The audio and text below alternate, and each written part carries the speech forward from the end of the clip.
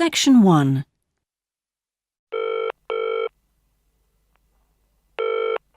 Hello? Motor Insurance Department? Oh, hello. I'd like to ask about insurance for my car.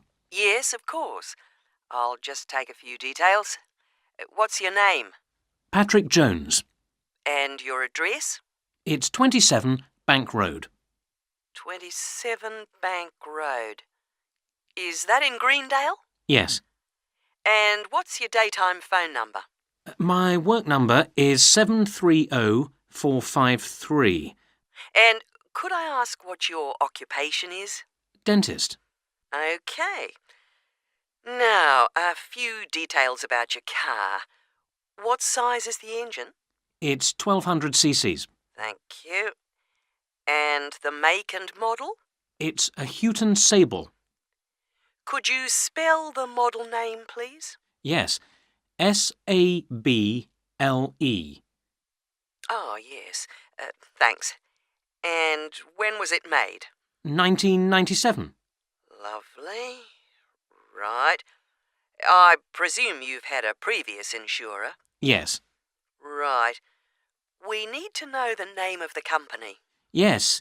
It was Northern Star. Thank you. And have you made any insurance claims in the last 5 years? Yes. One in 1999. And what was the problem? It was stolen. But That's fine, Mr. Jones. That's all we need to know at the moment. And will there be any other named drivers? just the one. And his name? Simon Painter. Could you spell the surname, please? Payntner. OK, thank you. And what relationship is he to you? He's my brother-in-law. And what will you or Mr. Painter be using the car for?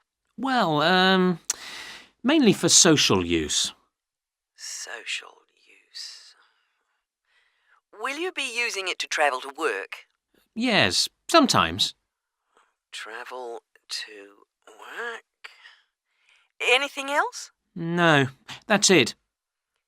And finally, when would you like to start the insurance? I'll need it from the 31st of January. Right.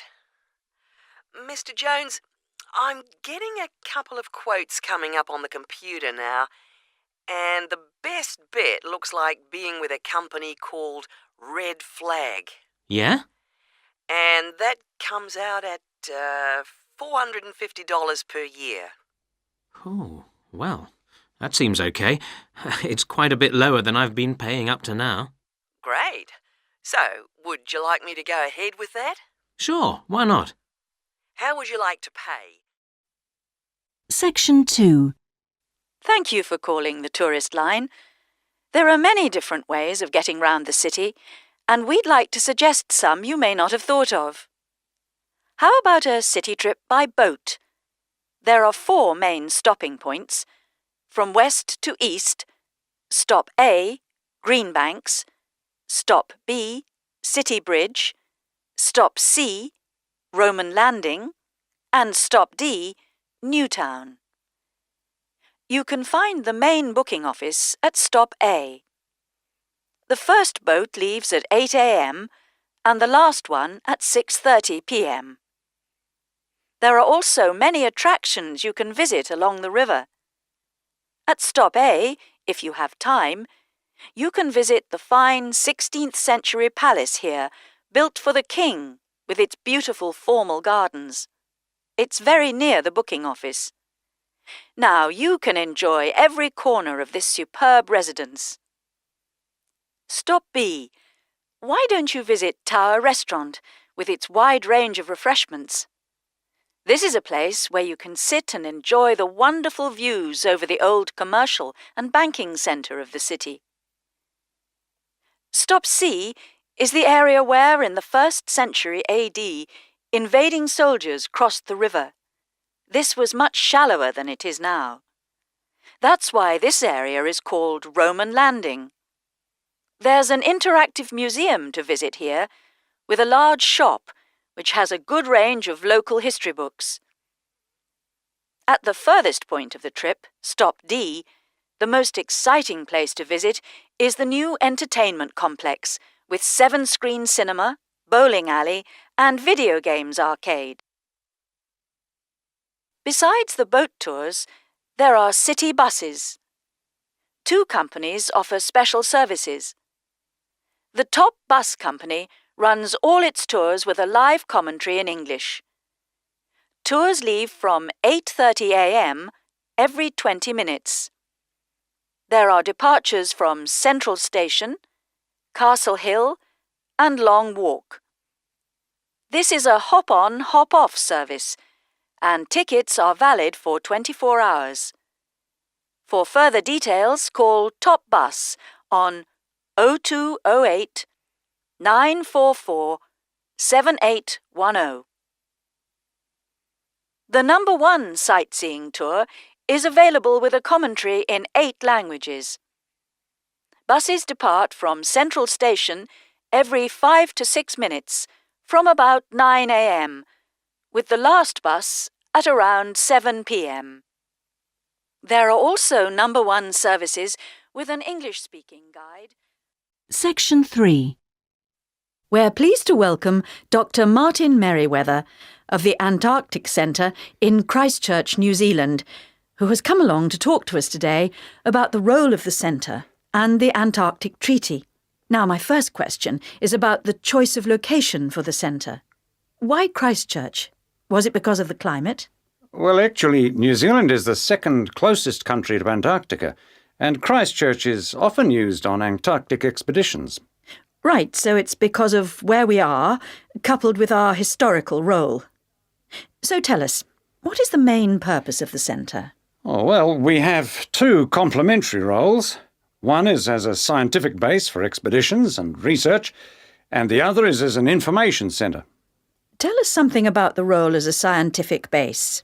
Well, we're able to provide information about what scientists should take with them to the South Pole. For example, the centre contains a clothing warehouse where expeditions are supplied with suitable clothing for the extreme conditions. I suppose you need a bit more than your normal winter coat. Yes, exactly. And then there's also the specialist library and mapping services. Right. And which countries are actually located at the centre? Well, the centre houses research programs for New Zealand, for the United States, as well as for Italy. There's even a US post office at the American Air Force Base here. Really? And what does the visitor centre offer? Well, since very few people will ever experience the Antarctic firsthand, the Visitors Centre aims to recreate the atmosphere of Antarctica. There's a mock campsite where you can see inside an Antarctic tent and imagine yourself sleeping there. And the centre also acts as a showcase for the unique international cooperation which exists in Antarctica today. What is it actually like at the South Pole? I know you've been there on a number of occasions. Yes, I have, and each time I'm struck by the awesome beauty of the place. It's magnificent, but you can really only visit it in the summer months. October to March. Yes, because it's completely dark for 4 months of the year. And, in addition, it has to be the coldest place on Earth. Colder than the North Pole? Why is that? Well, unlike the North Pole, which is actually a frozen sea, Antarctica is a landmass shaped like a dome, with the result that the winds blow down the slopes at speeds of up to 150 kilometres an hour. And that's what makes it so cold. Oh. And one other interesting thing is that Antarctica is the driest continent on Earth, surprisingly, and so you have to drink large amounts of water when you're there. How old is Antarctica? Oh, we're pretty sure it was part of a larger landmass, but it broke away from the rest of the continent 170 million years ago. How can you be certain of this? Because fossils and rocks have been discovered in Antarctica, which are the same as those found in places such as Africa and Australia. Amazing. To think that it was once attached to Africa. Now, let's just have a look at the Antarctic Treaty. How far back does the idea of an international treaty go? Well, as far back as the 19th century, when 11 nations organised an international event. When was that exactly? In 1870, and it was called the Polar Research Meeting. And then, not long after that, they organised something called the First International Polar Year. And that took place when exactly? Over 2 years, from 1882 to 1883. But it wasn't until the 1950s that the idea of an international treaty was proposed. And in 1959, the treaty was actually signed. What do you see as the main achievements of the treaty? Well, firstly, it means that the continent is reserved for peaceful use. That's Article 1, isn't it? Yes, That's important, since the territory belongs to everyone. yes, but not as important as Article 5, which prohibits any nuclear explosions or waste disposal. Which is marvellous. Well, I'm afraid we're going to have to stop there because I'm afraid we've run out of time. Thanks for coming along today and telling us all about the centre and its work. Section 4. My topic is handedness, whether in different sports it is better to be left or right-sided, or whether a more balanced approach is more successful. I'm left-handed myself, and I actually didn't see any relevance to my own life when I happened to start reading an article by a sports psychologist called Peter Matthews. He spent the first part of the article talking about handedness in music instead of sport, which I have to say almost put me off from reading further. But what I soon became struck by was the sheer volume of both observation and investigation he had done in many different sports, and I felt persuaded that what he had to say would be of real interest. I think Matthew's findings will be beneficial, not so much in helping sports people to work on their weaker side, but more that they can help them identify the most suitable strategies to use in a given game. Although most trainers know how important handedness is, at present they are rather reluctant to make use of the insights scientists like Matthews can give, which I think is rather short-sighted, because focusing on individual flexibility is only part of the story. Anyway, back to the article.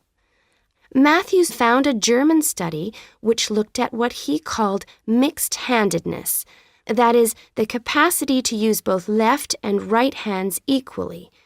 It looked at mixed-handedness in 40 musicians on a variety of instruments.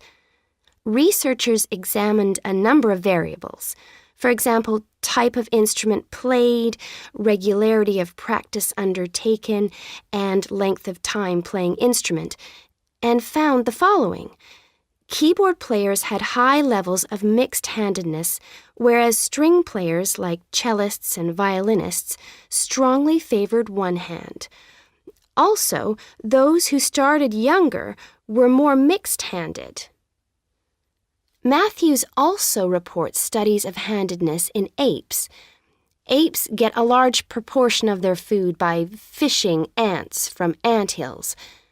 The studies show that apes, like humans, show handedness, though for them right and left-handedness is about equal, whereas about 85% of humans are right-handed. Studies showed that apes consistently using the same hand fished out 30% more ants than those varying between the two. Matthews started researching several different sports and found different types of handedness in each. By the way, he uses handedness to refer to the dominant side for feet and eyes as well as hands. Anyway, his team measured the hand, feet, and eyes of 2,611 players and found that there were really three main types of laterality. Mixed, you work equally well on both sides, both hand and eye. Single, you tend to favor one side, but both hand and eye favor the same side. And cross-laterality, a player's hands and eyes favor only one side, but they are opposite sides. Let's start with hockey. Matthews found that it was best to be mixed-handed. This is because a hockey stick must be deployed in two directions. It would be a drawback to have hand or eye favoring one side.